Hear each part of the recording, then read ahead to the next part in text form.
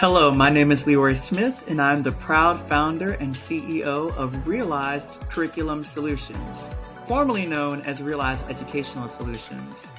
At Realized Curriculum Solutions, our mission is to equip both families, caregivers, and educational professionals with the curriculum solutions that they need to meet the diverse learning needs of all of their students. We do that through a variety of things, whether that comes from custom curriculum design to consultations to professional development and so much more. This month and during this video, I wanted to address another competency for culturally responsive pedagogy or teaching. This competency is about bringing real-world issues into the classroom. So in this video, you will learn 3 tips of how and the things that you should consider before bringing real-world issues into the classroom. And then later on in subsequent videos, I'm going to actually kind of show you how to do that with different examples. So this video is all about the setup. How do you prepare to want to even bring real-world issues into your classroom? Whether your classroom be at a traditional public school, private, parochial, or even in a homeschool, we as the adults, we need to figure out how we're going to bring those real-world issues into the classroom, and what that planning process looks like is what you're going to learn about today. Tip number 1, be intentional. When selecting real-world issues to address within the classroom, the first step that you must determine as an educator or caregiver is, what is the purpose of this real-world issue right now for my students, and what benefit does it serve them?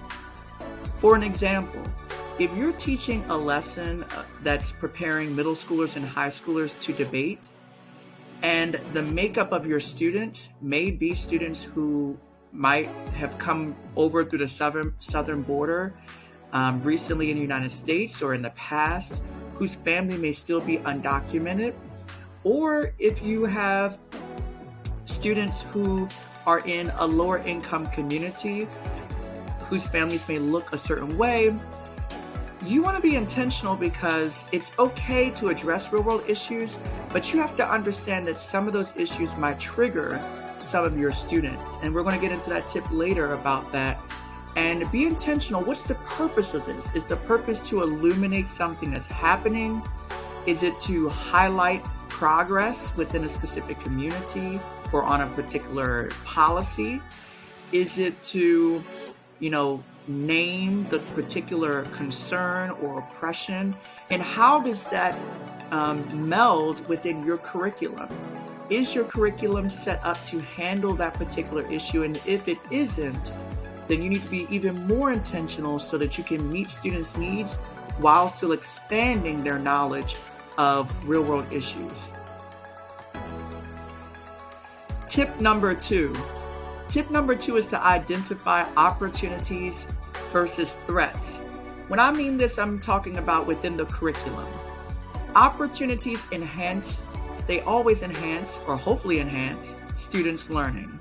And threats challenge and disrupt students' learning.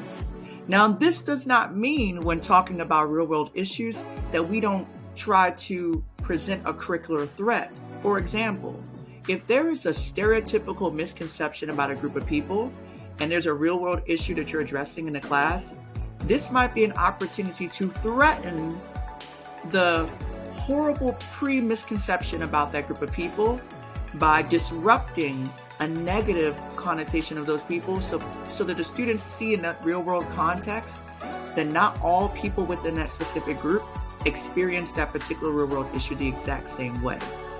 Just like it could be an opportunity to highlight the particular struggles and also the successes and progress that a specific group of people have made within a real-world topic, and to say that we can enhance their learning by saying that there are people who have differences of opinion even within that community.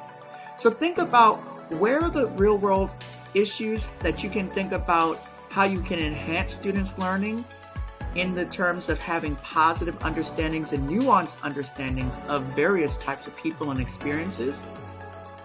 And also, what kind of curricular threats might be that might disrupt a student's learning for the worse and reinforce something that's really bad? Or could it disrupt a bad thought or a thought that is not healthy for the community and allow students to come to a more nuanced understanding of their world? Tip number 3, consider the social emotional learning impact, which you may see on your screen as SEL. We must consider that these real-world issues mean something to our students, and that some students may be triggered, some students may laugh, some students may cry, some students may get angry or frustrated or confused. Consider the emotional maturity and intelligence of the students that you're presenting this to. You may not present something such as horrific as whether it may be anti-Black racism in banking and lending. That might not be able to be something that a second grader can handle. But maybe it's something that a middle schooler or a high schooler can handle, especially if they're in a financial literacy course. This might be an opportunity to talk about how financial literacy looks different in different communities because of specific types of oppression and opportunities that might be presented in certain communities. So consider, is this something that my students are mature enough to handle? And that goes back to being intentional and thinking about what the opportunities and threats might be to your students so that when they're learning about these real world issues, that they're learning about it in a very nuanced, open-minded way so that they can have a more critical lens on how they see real-world issues in their community, not only for themselves, but for others who live in their community and even outside of their communities. So let's recap the 3 tips for this culturally responsive teaching, pedagogy, competency of bringing real-world issues into your classroom for your students. Tip number 1, be intentional.